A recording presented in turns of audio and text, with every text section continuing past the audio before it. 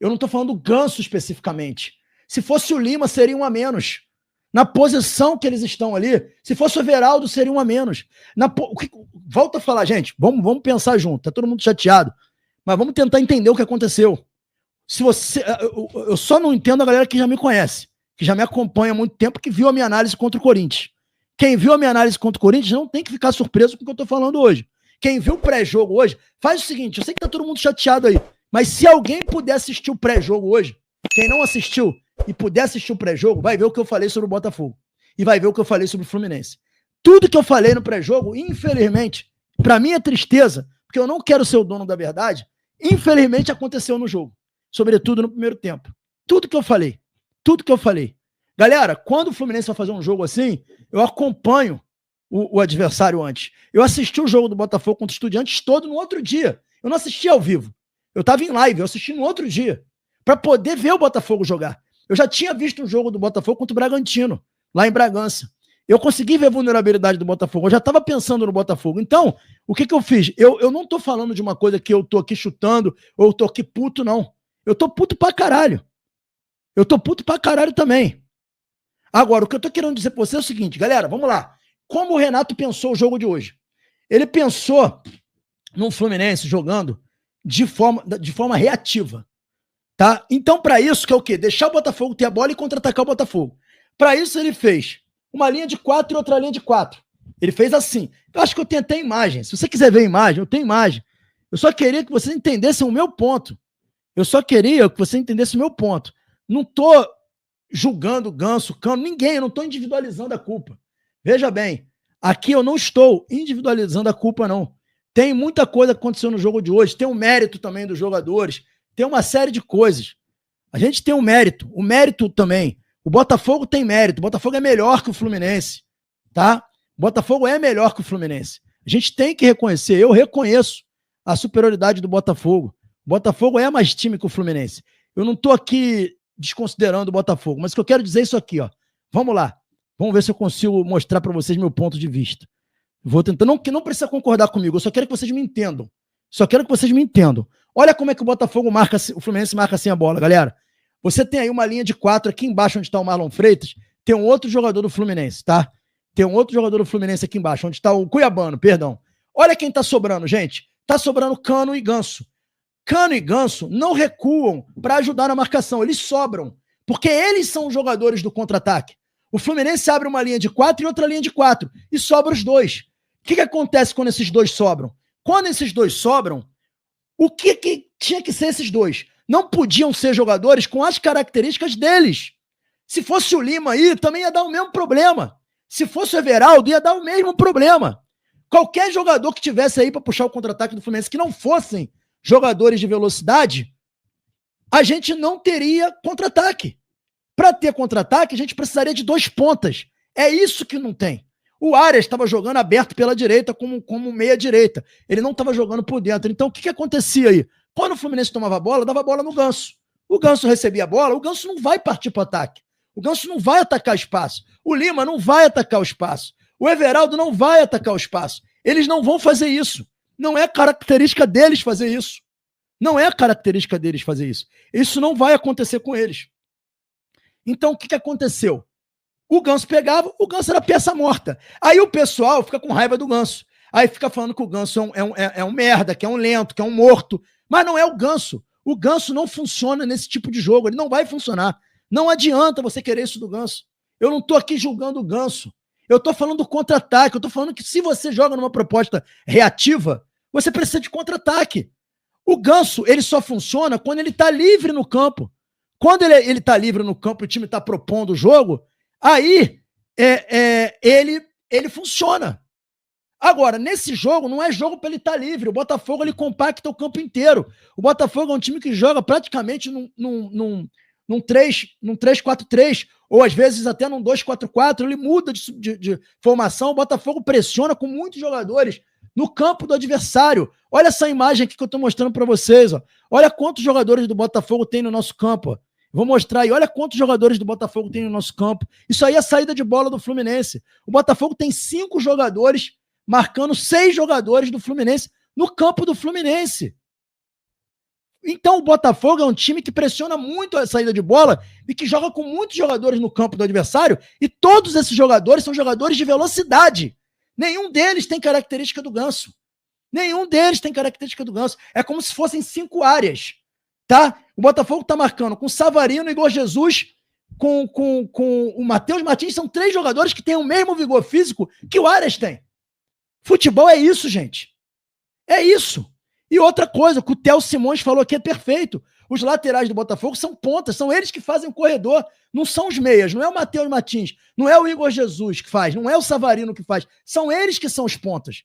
E para eles fazerem isso, o adversário tem que dar a bola para o Botafogo.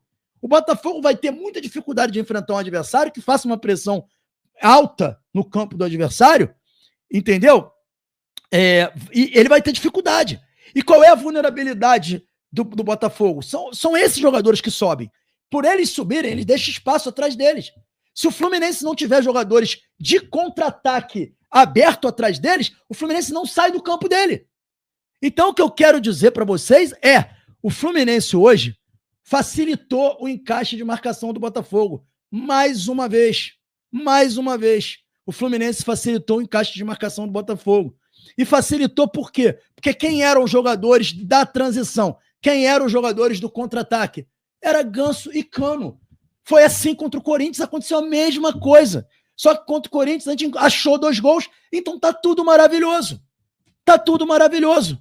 A gente achou 2 gols, tá tudo maravilhoso. O torcedor, ele não consegue avaliar muitas vezes o jogo, o que acontece em campo. A gente tá puto pra caralho aqui, mas, pô, a gente precisa ser racional, caralho. A gente precisa ser racional. O Ganso, num jogo desse, ele não vai jogar. Ele não vai jogar. Se for contra o Palmeiras, vai acontecer a mesma coisa. O Mano Menezes teve coragem, eu falei isso no pré-jogo hoje, lá no jogo contra o Palmeiras, no último jogo do Brasileiro, tirou o Ganso. Colocou uma trinca de volante, abriu o Serna, abriu o Keno. Por que ele fez aquilo ali? Porque ele sabia que contra o Palmeiras, se o Ganso estivesse em campo, era 1 a menos. Porque o Ganso não ia ter liberdade para jogar. O Fluminense não ia propor o jogo contra o Palmeiras. O Palmeiras, assim como o Botafogo, faz uma pressão muito alta. Então, qual foi o erro do Renato? Aí, mais uma vez, para vocês entenderem. O erro do Renato não foi a proposta. A proposta não estava errada. Fazer um 4-4-2, 2 linhas de 4. Isso não foi o erro do Renato. Isso o Renato estava certo. O erro do Renato foi fazer esse 4-4-2 e ficar sem escape. Porque quem sobrava era o Ganso e o Cano. Então você não tem escape. E mais uma vez, eu não estou crucificando o Cano e o Ganso. Não estou crucificando o Cano e o Ganso. Quem tem que ser crucificado hoje é o Renato. Se eu tivesse na coletiva, infelizmente, gente, eu não estou conseguindo ir na coletiva porque a CBF negou o meu CNPJ. Não aceitou. Disse que tem que ter 1 ano de CNPJ. E não aceitou. Eu estou tentando ver com a galera do Netflu. Eu estou fazendo uma parceria com a galera do Netflu para eu conseguir ir nas coletivas representando o Resenha e o Netflu. Mas até isso eles ainda não conseguiram me cadastrar. Então eu não estou conseguindo ir na coletiva. Se eu tivesse na coletiva hoje, eu iria perguntar para o Renato: Renato, que sentido tem? O que você queria com 2 linhas de 4 para defender os lados do Botafogo, que eu considero correto o seu posicionamento, mas como você vai ter contra-ataque com Ganso e com Cano? Eu ia perguntar para ele. Com certeza eu teria gerado hoje na coletiva um desconforto. E aí a gente ia ver se aquele Renato, paz e amor, risadinha que ele faz, se ele iria me tratar bem, se ele iria me responder com respeito, porque ele tende a ficar puto quando tiram ele da zona de conforto. É uma pena eu não estar lá hoje, porque eu não acredito que alguém vai fazer essa pergunta para ele. Mas é uma pergunta importantíssima. Quem viu o jogo, viu o que aconteceu. O Fluminense ficou encaixotado no campo dele. O Botafogo massacrou o Fluminense, era para ter feito 4 gols no primeiro tempo, parou no Fábio. Mais uma vez, eu não admito críticas ao Fábio. O Fábio pode falhar à vontade no Fluminense. Porque se não é o Fábio hoje, terminava o primeiro tempo 4-0 o Botafogo. E essas 8 vitórias seguidas do Botafogo, galera, todas foram por mérito. O Botafogo hoje está num nível muito maior que o nosso. É a realidade. É a realidade.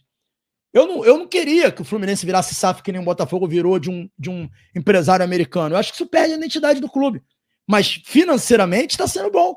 Eles contratam jogadores muito melhor que o nosso, muito melhor, treinadores muito melhor que os nossos. Não é à toa que o Botafogo não contrata técnico brasileiro, gente. Não é à toa. Ou vocês acham que é à toa? Que o Botafogo está contratando técnico brasileiro, não está contratando técnico brasileiro? Não contrata porque os técnicos brasileiros, eles são animadores de vestiário, eles são amigos de jogador. Ninguém percebeu isso. Mas o Renato, assim que na primeira coletiva ele foi perguntado, ele falou que perguntou para o Ganso se o Ganso queria jogar num jogo lá. Ele não tem que perguntar para o Ganso se o Ganso tem que jogar, quer jogar. Ele tem que ver se o Ganso cabe naquele jogo. Se realmente cabe o Ganso naquele jogo. Então o que aconteceu foi o seguinte, a gente hoje precisava entender que o adversário era melhor, porque o adversário tem, vamos lá. Gente, olha o time do Botafogo. Vitinho, Barbosa, Jair, Cuiabano com Alex Telles no banco. Eu pergunto a vocês que estão aqui nessa live, já vou dar a palavra para vocês falar também. Se o Renato fosse o técnico do Botafogo, ele barraria o Alex Telles para botar o Cuiabano? Ele barraria o Alex Telles para botar o Cuiabano? Ele faria isso? Ele faria isso? Ele barraria o Alex Telles para botar o Cuiabano? Alex Telles, jogador de seleção brasileira? É o que tá falando o Thiago, não barraria nada. Porque o Alex Telles ia jogar com nome. Porque veio da Europa. Porque é jogador de seleção brasileira. Vai botar Cuiabano de titular? Não botaria. Não botaria. Não botaria. Essa é a diferença do treinador de verdade, pro treinador que é amigo de jogador. É essa a diferença. Essa relação é muito promíscua. É isso, eu duvido também. Então, o que acontece? O Renato não. O Renato talvez até saiba. O melhor pro Fluminense não era ter começado com Ganso e Cano ali. De repente, ele até saiba.